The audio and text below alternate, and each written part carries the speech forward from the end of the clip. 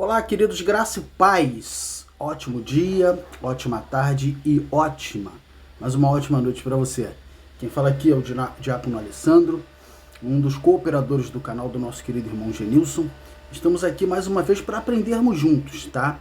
Talvez o que eu venha falar aqui para você já deve ter ouvido há muito tempo, ou então esteja estudando na sua congregação, na sua igreja, ou já sabe do que vamos falar aqui de cor e salteado. Talvez algumas pessoas ainda não tenham ouvido, né? Então é muito importante ter o conhecimento daquilo que vamos falar aqui e ver se a gente coloca em prática alguma coisa a respeito disso em nossas vidas, se acontece no teu cotidiano, se acontece ou já aconteceu com você. Nós vamos fazer em 4 vídeos uma luta ferrenha que o nosso queridíssimo apóstolo Paulo tinha na igreja de Colossos, tá? A gente vai fazer o primeiro vídeo que ele está querendo provar, ou melhor, ele provou que Cristo é acima do gnosticismo, tá? O gnosticismo. Nós nos vamos aprofundar muito aqui no que é gnóstico, mas havia uma heresia no princípio da igreja sobre o gnosticismo, dizendo que Cristo Jesus é um e Jesus era outro. Isso, que o Espírito era bom e a carne, o corpo físico, era ruim. A gente vai estudar um pouquinho aqui nesse vídeo, jogo rápido mesmo, para você, depois coloque embaixo aí, para você já ouviu falar sobre isso, se já aprendeu assim, se já ouviu esse tipo de situação na sua igreja ou algum ensino a respeito. Eu vou ler aqui Colossenses 2, do versículo 1 até o versículo 9, que está escrito assim: Gostaria, pois, que soubesses quão grande luta venho mantendo por vós, pelos laodicenses, e por quantos não me viram face a face, para que o coração deles seja confortado e vinculado juntamente em amor, e eles tenham toda a riqueza da forte convicção do entendimento, para compreenderem plenamente o mistério de Deus em Cristo, em quem todos os tesouros da sabedoria e do conhecimento estão ocultos. Assim digo, para que ninguém vos engane, com raciocínios falazes. Pois, embora ausente quanto ao corpo, contudo, em espírito estou convosco, alegrando-me e verificando a vossa boa ordem e a firmeza de vossa fé em Cristo. Ora, como recebestes a Cristo Jesus e Senhor, assim andai nele radicados, edificados e confirmados na fé, tal como fostes instruídos, crescendo em ações de graças. Cuidado que ninguém vos engane. Nós vamos entrar aqui agora, tá? Com sua filosofia e vãs sutilezas, conforme a tradição dos homens. Homens! Inventando tradições naquela igreja. Será que tem hoje? A gente vai descobrir. As tradições dos homens, conforme os rudimentos do mundo, e não segundo Cristo. Porquanto nele habita corporalmente toda a plenitude da divindade. Também, queridos. Então vamos entender aqui o que Paulo estava querendo dizer para essa igreja. Era o que acontece muito nessa igreja: vãs sutilezas e raciocínios falazes, ou seja, doutrinas humanas dentro da igreja não pautada em Cristo Jesus. Vamos falar um pouquinho aqui rapidamente sobre esse gnosticismo, que é para a gente ter um entendimento para continuar conversando. Rapidamente, querido, só um minuto. O que é que o gnosticismo acredita, ou acreditava na época e ainda acredita hoje, tá? Nesse versículo, Paulo proclama a encarnação, o fato de que Deus se tornar em homem, tá? Corporalmente. Isso contradiz a ideia gnóstica do mal inerente ao corpo físico e a afirmação que Jesus é simplesmente um espírito. Os gnósticos acreditavam que a plenitude divina havia sido dividida entre vários seres angelicais, os quais eram os responsáveis pela criação do mundo material. Em contrapartida, o apóstolo Paulo diz que a plenitude de Deus existe em Cristo. Vê se você entendeu. Estão querendo dizer que o mundo não foi criado por Deus. Aquele haja luz e houve luz. O gnosticismo não acredita nisso. E ele divide ao Senhor Jesus. Ele diz que homem é o homem e agora ele é um espírito. Mas a Bíblia diz totalmente o contrário. Você lembra quando ele ressuscitou e foi visitar os discípulos? Lembra que ele atravessou a parede? É um espírito. Opa, e agora?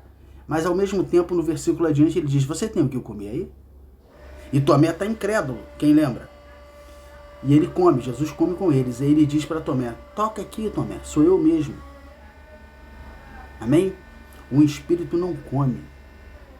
Então, aquilo ali é o Senhor Jesus que venceu a morte e veio num corpo glorificado, igualzinho ao que você e eu vamos ter naquele grande dia. Glorificado, sem doença, sem dor, sem mágoas, sem ressentimento, sem feridas. Amém? Mas vamos entender um pouco mais dessa dinâmica para contradizer esse grupo de pessoas que pensam assim, tá? Você lembra que em João 1,14 está escrito assim, o verbo, a palavra, se fez carne e habitou entre nós, cheio de graça e de verdade. A encarnação da palavra é o Senhor Jesus.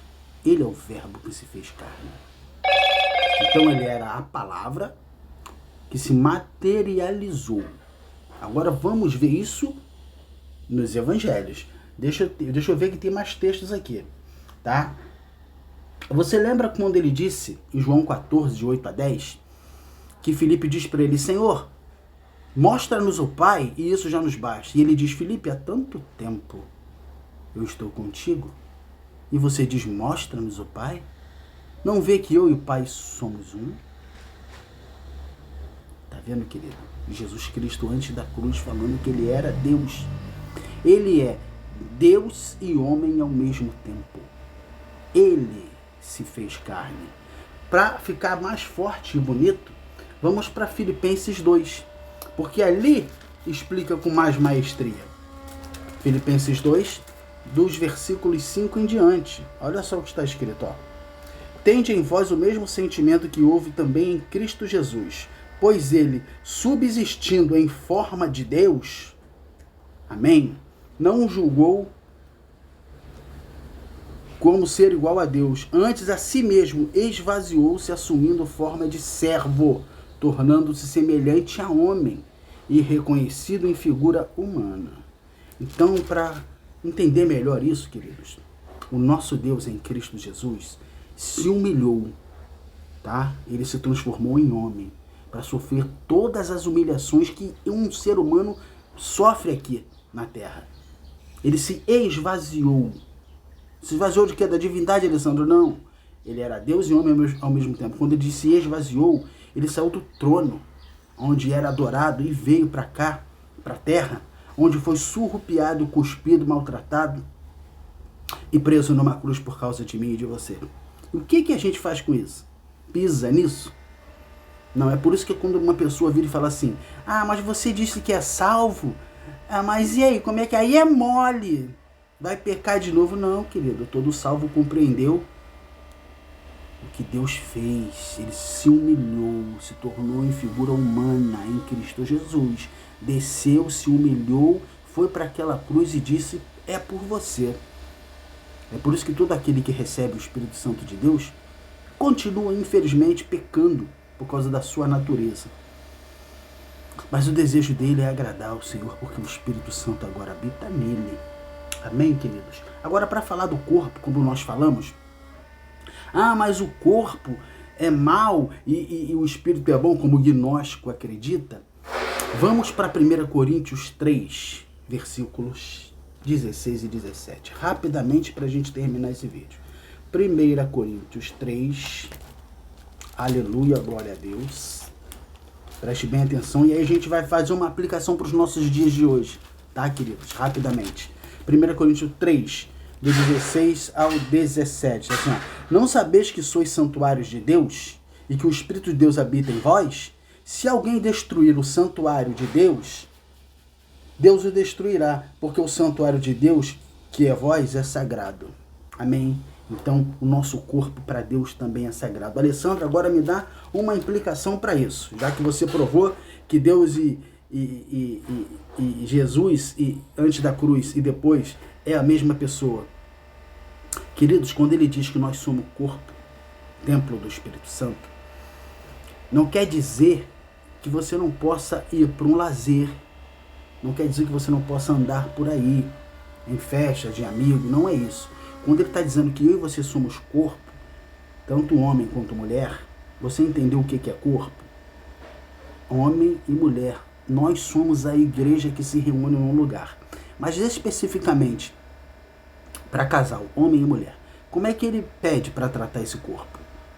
Para deixar esse corpo saudável, porque ele diz que nós usufruímos um dos outros, principalmente saudável. O homem, aqui, precisa estar sempre fazendo um check-up, sempre tratando de sua saúde, porque deste homem aqui depende filhos, deste homem aqui depende exemplos a serem dados a uma sociedade, a uma vizinhança. Amém, queridos? Então cuide do seu corpo, sabendo que você é templo do Espírito Santo e que ele habita em você, e que Jesus era Deus e homem. Era, não é, né? Deus e homem ao mesmo tempo. Então a gente aqui desmascara o gnosticismo. Graça e paz.